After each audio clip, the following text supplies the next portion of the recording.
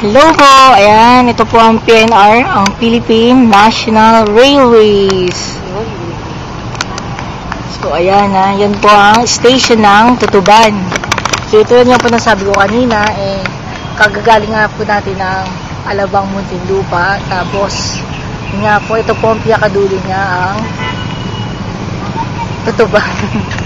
So, ayan, papakita ko po sa inyo, isa pong napakagandang, sa tingin ko, lumang tren na, ayan, di-display na lang po siya.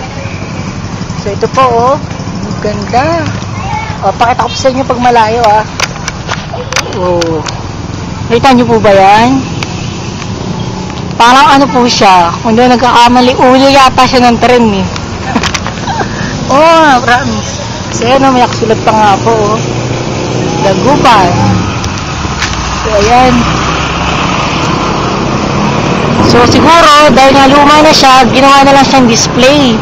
At, syempre, maganda nga naman siyang i-display kasi isa siyang makalumang tren na bahagi ng ating kasaysayan. Syempre, di ba? Na dati, ito po yung tren na ginagamit nila dito, Muntinlupa. So, syempre, ngayon, mas high-tech na dahil air condition na. Ayan po, may mga tao nagpipicturan. Diba? Ang ganda. Pagtapos na lang bayad sa... At ayun nga po, meron pa po dito isa. Diba? Parang ulo din siya ng tren yung makalumang tren. Diba? Nakakatuwa. Guri mo, 20 pesos lang po binayad ko. Mula Alabang, tapos din po sa pinakadulo niya, yun nga po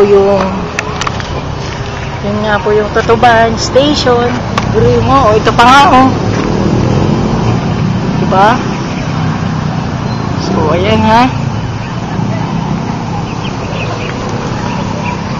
diba?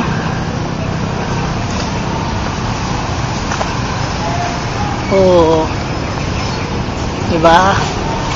Di-display na lang po kasi luma na nga po siya.